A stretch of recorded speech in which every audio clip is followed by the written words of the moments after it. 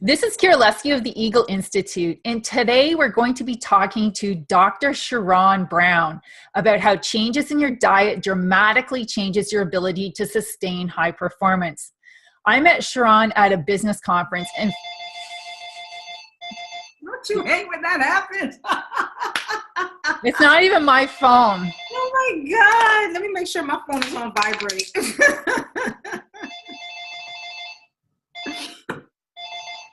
And I need to turn off the chime off of my email now that's happening. Hold on, let me do that. Quit. There we go. Which is a good point. I'm going to turn my email off too. I'll just leave this running and we'll start again because I'm going to cut the beginning anyways. Yeah, it's not even my phone. I'm at my parents' house because it's quieter here than at my office, and apparently it's not quieter. All right, angels, look after us here. Yes, that's what we didn't do. We needed to pray first. Yes, and that's probably why. So thank you for giving us what we need to reach the people that we need to reach today. Please give us peace and whatever we need to get a good recording done as quickly as possible. Please guide us in what we say and what we do, that we're putting the utmost and highest of frequency out into the world that we can. Thank you. Thank you.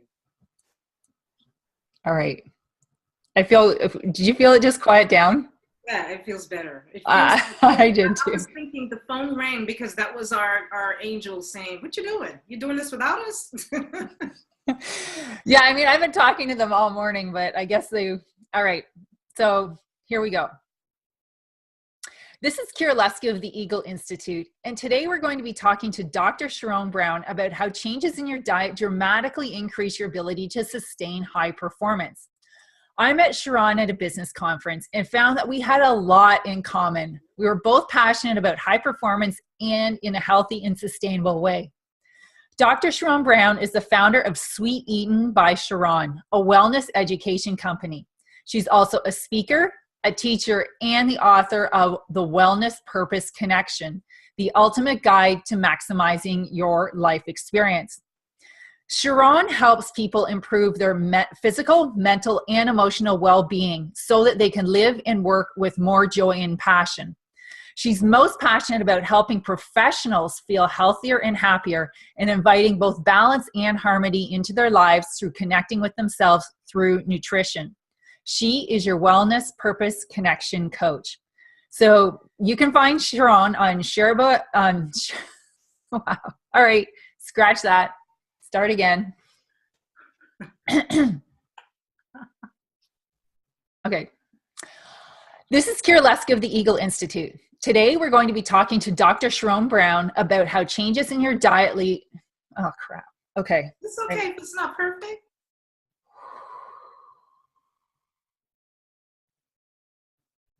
Okay. This is Kira Lesky of the Eagle Institute. Today, we're going to be talking to Dr. Sharon Brown about how changes in your diet can dramatically increase your ability to sustain high performance.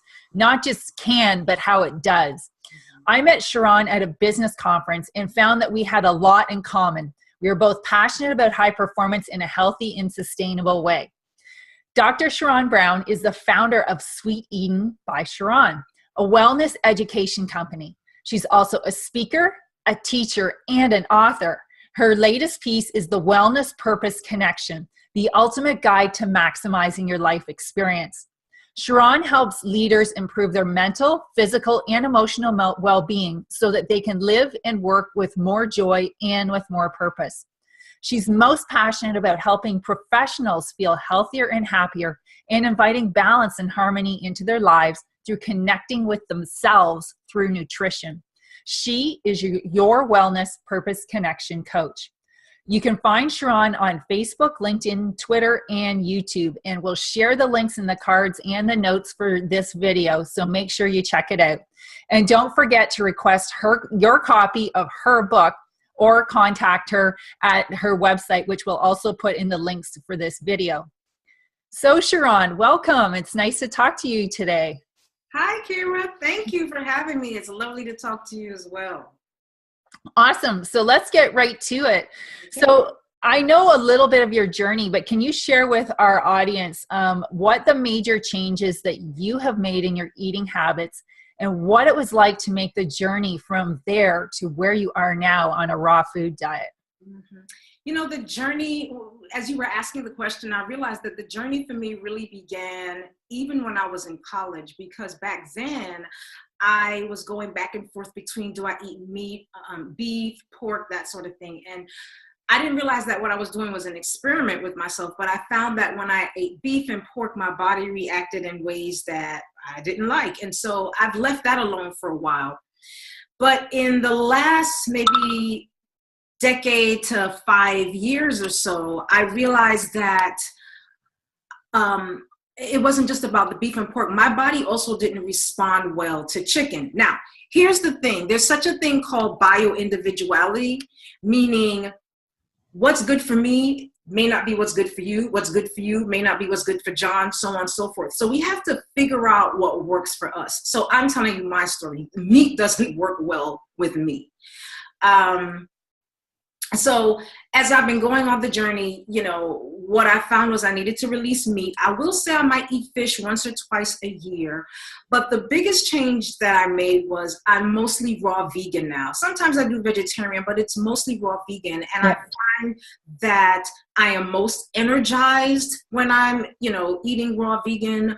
My skin looks better. I think better. I have clearer ideas. I can receive my messages better to go out into the world and live my purpose.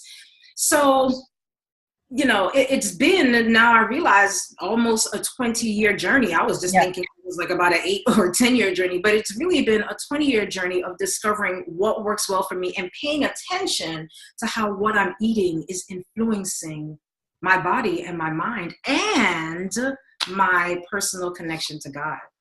Yeah. I mean, that's something I've certainly noticed as well in my journey, you know, and for me, it has been about 20 years as well. And it's, you know, very similar path. Started, you know, reducing, you know, some of the heavier meats than some of the lighter meats. And, you know, I as well am on a mostly raw food diet, although in the winter I do eat more cooked things because I get cold easily. Exactly. But, you know, when I'm not eating well, I know I don't have the energy. I don't have the clarity. I get more emotional. I don't have the creativity. And when I'm really strict about it, I do. And that's one of the reasons why I was so interested in bringing you on today, because it's something that can really help people with, you know, the performance and just the peace that they're looking for and being able to accomplish the things that they want to. Yeah. Yeah. So can you tell me just a little bit more, Sheron? Because, you know, it is that journey. So what were some of the things when you recognized that you needed to make a change, and what, you know, was the, you know, sort of some of the steps that you went through, just quickly for our audience? Yeah. So first of all, one of the things that happened in the last few years was I was at my heaviest. I never was someone who was pushing 200 pounds. Mm-hmm. And so and I will say for a while, I did that thing that probably a lot of us do. We avoid the scale. We don't get on it. We don't look at the tape measure, but your clothes don't lie, right? And if you go out to buy new clothes and you're trying to pick up a size 8 or a size 10, it's like, you're not fitting in this, honey. Give it up. And so you think, okay, a 12. Oh, wait, no, not a 12. Oh, okay, a 14. Wow, this 14 is kind of tight. I'm getting ready. I've never in my life put on a size 16. So once I accepted, right, that's the second step. There's awareness and then acceptance. So once I accepted what was happening, it was still challenging for me. One of the first things that I did was, okay, Sheron, you're eating a lot of junk. The only reason you're eating it is because you're buying it. So why don't you stop buying it? So that's the first thing. Stop bringing it in the house. Yeah. And even there was a cookie that I craved a lot. It used to be Oreos. And I said, okay, I'm not going to punish myself by saying I'm going cold turkey, because, you know, that can kick back on us. So instead of doing that, I said, when I feel for some Oreos, I'll get in my car, drive down to the store and buy the little 6-pack and then satisfy the craving then. So there was little steps like that I was taking until I didn't need to go for the 6-pack at all. And I started replacing the 6-pack of Oreos with like apples. I fell in love with my favorite apples. Anybody who wants to make me happy, Fuji apples or black grapes. You want to make me happy, send me black grapes as a gift. And it wasn't until a couple of years ago, I decided to go on in public, I say a cleanse. It was really a fast, and it was just all juice at the time. It was a 21-day juice fast because there were a number of things that I just thought were going awry in my life, not just what was happening with my health, but what was happening personally, professionally, and even spiritually. I was not connecting the way I wanted to, and I wasn't performing at the level that I knew I could. And so I'm telling you, by day 3, I was like, oh, I want food. By day 7, I felt so light. Yeah. I could get something accomplished. And my body felt different. I just thought, okay, I'll live on juice for the rest of my life, which that's not realistic. But then toward the end of that 21-day juice fast, I asked myself, okay, what next? I had tried to do the raw thing years ago, and it didn't really work out for me, maybe because I didn't know what I was doing. But I said, you know what? I'm going to give it another try. And that juice fast morphed into me saying I'm going to eat raw for 40 days. And I did that. And from that place, I've just been raw vegan, like I said, sometimes vegetarian, and I do want warmth when it's cold also. So I'll make some soup sometimes, or I make quinoa often. But yeah, that was the journey. And so one of the things I try to help people understand is don't think it has to be a cold turkey thing. If you slip up and eat a slice of cake, it's not the end of the world. You like cake. I mean, there are other options. And as you allow yourself to explore with food, you'll realize, oh, instead of the cake, I can have when I'm feeling for something sweet, I might have a date because those things are seriously sweet, right? And that'll satisfy. Or I'll even make like a little brownie or what have you with raw ingredients. But it's because I've learned these things over time that I now know I have options. So when I feel for something sweet, I don't run to the Oreos or the cake. And then there's not even really a craving anymore, to be honest, because all of those chemicals that create those cravings inside of us, they're gone. And so that's really been my path, like just taking it easy, not pressuring myself, not feeling I have to do something right now. It has to be this way. And if I don't do this way, I failed. Oh my God, I felt bad. Not all of that, but being kind to myself and allowing myself to pay attention to what my body is telling me and just responding to that. I think you just brought up so many important points there, Sheron. Like it's about the journey, and it's a kindness diet. Yeah, I like that. It's mental, emotional, as well as what we eat. Getting in touch with what we need now. And I love the fact that you brought up that that's different for different people. And, you have to listen to that, what you need at a particular time. So, I mean, there's so many good points in there that our audience can learn from. So what impact has the changes in your eating had on your energy level, your thinking, and your emotions? Oh my. So Kira, I mean, you know that I'm also a yoga instructor. And so that's a part of the package. I don't just say it's the food, it's also your connection to spirit. You have to bring that in, right? And so with all of that tied together, I would say the biggest impact is I am more mindful. Once upon a time, on a dime, I would just become angry. And I would hold on to that anger and I would walk around with it all day and I can't believe she, or I can't believe he, and I 100% believe that a combination of all of it, the food, I've talked to you before about eating high frequency foods, but I think all of that has helped with me being able to be more in tune. And so I'm not going to say I don't get angry anymore, but I don't stay angry. I'll feel it, and within a minute, I'll recognize, oh, I'm angry. What's going on now? And so I'll deal with whatever, because the anger is letting me know something about me, not really the other person, right? Right. And so I would say that that's one of the biggest things. I'm more mindful. A second thing, which probably could tie with it, is I used to hate when I heard people say, I have more energy, but I really do. I do have more energy. Like, I'll wake up at 4 a.m, like, I'm awake. What do I do? And then I'll just get up and I'll just start my routine for the day, yoga, meditation, go to the gym, and then come back and get my day started. And sometimes it's 8 o'clock and it's like, Sheron, you can shut down now. And my body still wants to go. So I'll tell myself, okay, you woke up at 5, you need your rest, so just lay down with a book, you'll doze off. So mindfulness, having more energy to perform, and like I said, I think in the first question you asked me, I receive messages more clearly. You know, sometimes we think that we have all these bright ideas, but it's all energy and it's just floating around. Yeah. And when our antennas are more in tune, we can pick up on that more quickly. So those are the 3 areas that I would say have improved. There are others, but those, I can say things that have improved in my body for sure. My knees don't hurt anymore. My stomach is not always bloated. My acne is gone. I mean, I can go on with the body, but those are the main things that have changed for me.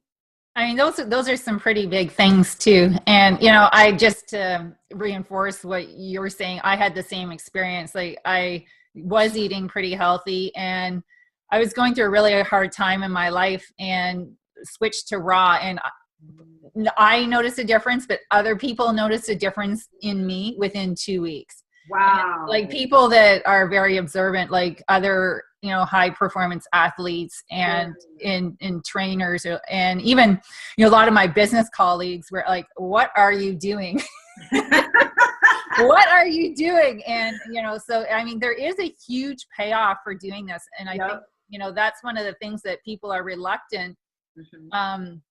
And you brought up something else that's really important is the emotions. And I think, I know for myself, I stress eat because my emotions are too strong. And sometimes it's not always stress. Like, I might get really excited about something, or I just want to be doing something other than what I'm doing. So that's when I reach for the food. So yeah, I talked about that. You know, I do YouTube videos. I try to do them daily, but at least at a minimum 4 times a week. And in one of the videos, I talked about that connection between, you know, you might be wondering, why are you always reaching for the bagel or the cookies or whatever it is that they have at work, even when you're not hungry. And it is because of that. Like, there is that emotional connection to when you're working on a task that, you know, the expectation is that your performance is high, you'll reach for sugar and not realize that that's what's happening. You're thinking, oh, I failed again, but it's not necessarily that you failed. It's just, there's a connection going on, an emotional connection to the food that's going on that you're not yet aware of. Yeah. So when you become aware, then you recognize, I need to create other choices for myself. Yeah. So that when you are working on those. So for me, it happens to me too, but what are my choices? Nice, sweet, juicy Fuji apple. That's the choice that I make. And I'm happy. So in your work, Sheron, like, let's talk a little bit about frequency, because this is a topic that I'm doing a lot of work on and, you know, exploring right now. Is everything at its base is frequency, which people might think is kind of weird. But if you think about it, everything in the whole, you know, our whole planet and universe is, you know, whatever it is at the basis of it is, you know, molecules and atoms, and those are just little blips of energy turning on and off, and each one of them has a different frequency when you measure them. So let's talk a little bit about frequency in nutrition and how that impacts professionals. Wow. So, I mean, you said it, everything is energy. And, you know, basically the frequency is how quickly the waves, you know, move, right? And so we resonate when we're healthy, we resonate at a certain frequency. And, you can look into this, science and doctors will let you know this. Yes. Because we are electromagnetic beings. Yes. And so, foods also resonate at a certain frequency. And so when we, you can think of your foods in terms of high frequency foods or low frequency foods. And, I've even seen where some people refer to canned foods as dead because the energy is almost non-existent. So if you think about this, right, like I used to be a classroom teacher. So, let's do some simple logic here. If you resonate at a certain frequency, right, and you eat higher frequency foods, what's that going to do for you? Likewise, when you resonate at a certain frequency and you eat lower frequency foods, what's that going to do for you? And so that's a way to think about your energy level in terms of the fact that this energy thing is real. Frequency is real. You can't debate it. It is science. And it's a way for you to look at it and say, okay, what level of energy do I want to put in myself today? Do I want to put this butter-laden cake, which maybe once in a while you might. I'm not saying it's a bad thing, right? Or do you want to put this fresh juice in with a lovely kale salad and, a raw lasagna? It's up to you, but it's really coming to that awareness and asking yourself, how do I want to treat this thing that I've been given? Because you've been given this to help you serve whatever your purpose is in the world. So how do you want to be a steward of that? So that's the deal on frequency. Thank you for sharing that. I know that's probably a new concept for a lot of people, but it is a concept that's coming up in a lot of different ways. I do a lot of work with, startup community, and there's so many medical things right now that are about the relationship between frequency and health and frequency about different organs in the body. So, and something as easy as what we're eating every day, I mean, that's a pretty easy way to increase that frequency. That's true. So you just wrote an interesting article about frequency in food. Can you tell us about that? What were some of the main points? It's funny. I basically shared what some of the main points were. At the end of the article, I gave 3 simple things that folks can try to start doing if they're not eating like that, eating high frequency foods throughout the day. Because let's face it, I know at my job, cake and cookies and candies, that was always available. Especially when I worked in schools. Oh my goodness, it was always available. Yeah. And so you have to make the choices. More often than not, the choice might not be there for you, depending on where you work, right? And so one of the very simple things that you can do, no matter how busy you are, at some point you're going to go to a store. So when you go to the store, if you don't feel like doing the work of making a fresh trail mix, there are lots of stores where you can buy trail mix in bulk. Set them out in little Ziploc bags for yourself. While you're at that store picking up the trail mix, just pick up whatever your favorite fruit is. You heard me say mine is apple and grapes. I mean, I don't want to tell you apples and grapes. They're easy to eat while you're working, though. But whatever your favorite is, go ahead and just, especially if it's one that you could just grab with your hands and still, say, eat your apple, put it down tight, what have you, so that when that craving or that snackish feeling comes upon you, it's there. So that's one of the tips that I give in the article, is just create new choices for yourself, particularly in the workplace. Yeah, so I think, it's make it easier for yourself and do small things are some of the things that I heard. So what are 3 things that busy professionals can do to find the time to eat more high frequency food?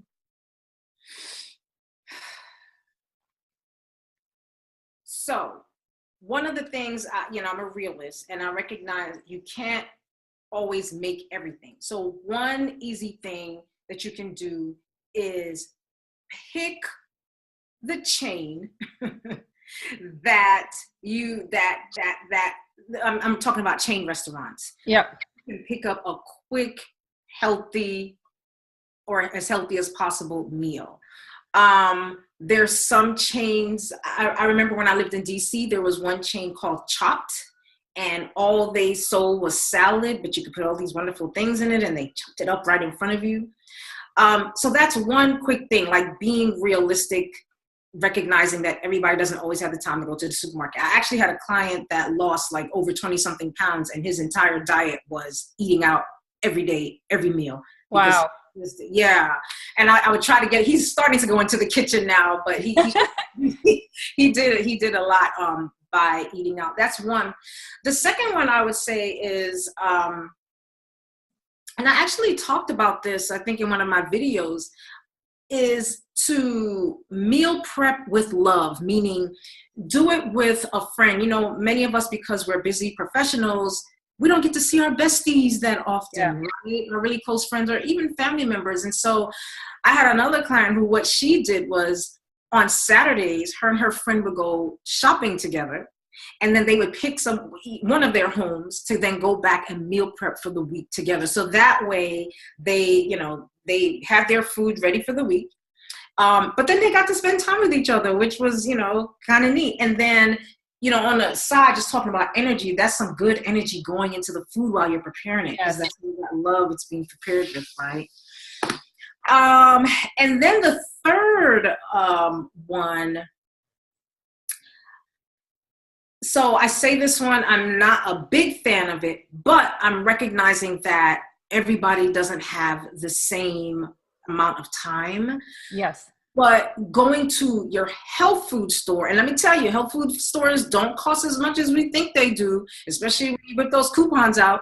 But going to your health food store and purchasing those prepackaged meals. And I say the health food store because when you go to the regular grocery store, those prepackaged meals have all kinds of chemicals in it that we can't pronounce. But when you go to your health food store and you buy the prepackaged meals, that's another quick way with less chemicals and foods that you can pronounce. So those are three easy ways, in addition to, the standard that we know, which is meal prep, which you could do with your friend. Yeah. Yeah. And so much of how much you have to do yourself and how much you can sort of outsource through, whether it's, picking up pre-made meals or restaurants.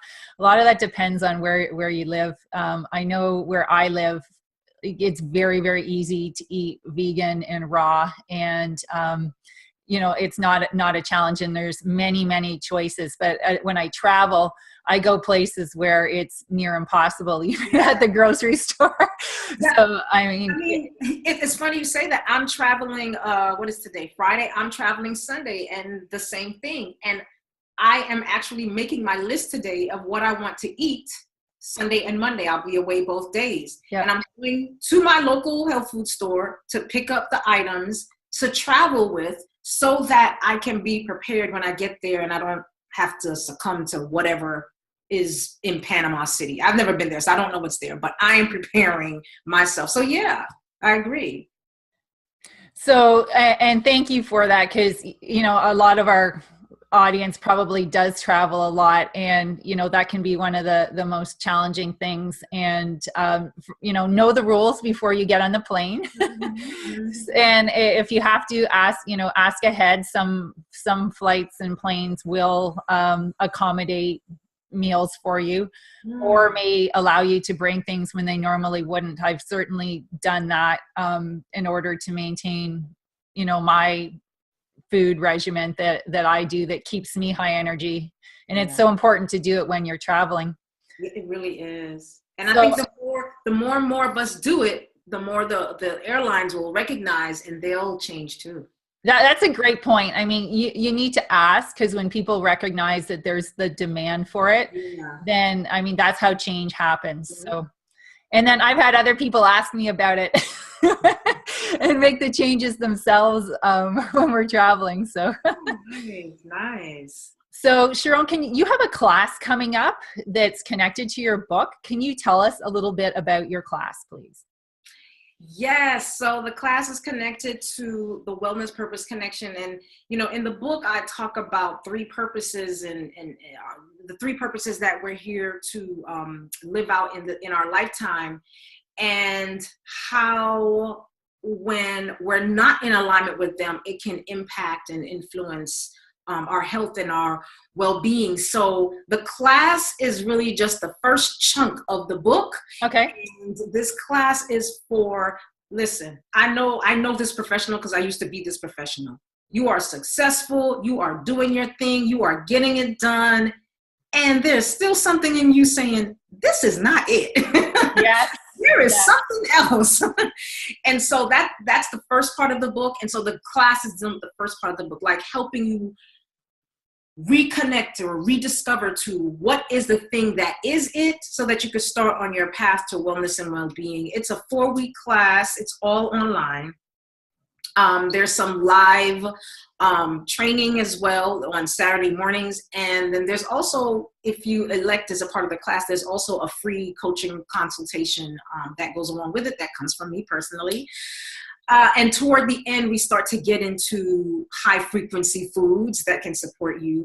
And it's at a college that's in Maryland, but it's open to all. And so because it's at the college, there's no website for it. And so the way the college is doing it is they're just opening it up to their students. And then they also told me I can open it up to folks. So the way I've been opening it is I've just been telling folks, hey, just go to my website, hit me on my contact page, let me know that you're interested in it, and I'll connect you to the person. We have live people registering you, so you get to talk to a person and not have to figure out, machines and all kinds of things.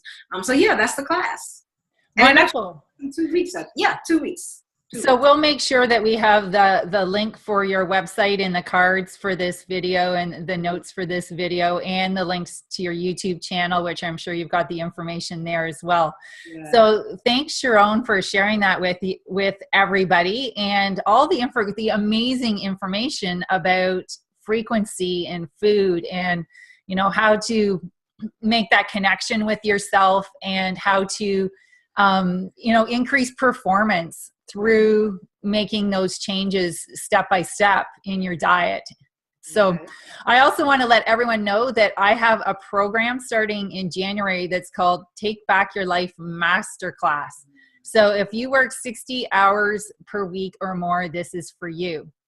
And like we've been talking with Sheron today, high performance is based on sustainability and balance. And if you're working that much, you just aren't, it's not sustainable. You're not in balance. Unless you're a trained meditator, you're taking way longer to do things than they actually take. So you're not really getting 60 hours of work done. It's just taking you that long. Right. So this class is going to uncover the beliefs that are causing this and give you techniques to change those beliefs, as well as give you ways to get better results and reduce your workload at the same time. So if either one of these things speak to you, the links will be in the cards for this video and in the notes. So check out Sheron, and we thank you so much for being on this interview today. Thank you for inviting me. It was fun. I enjoyed talking to you, and I hope I was able to be a blessing to someone in your audience today. Have a great day. You too.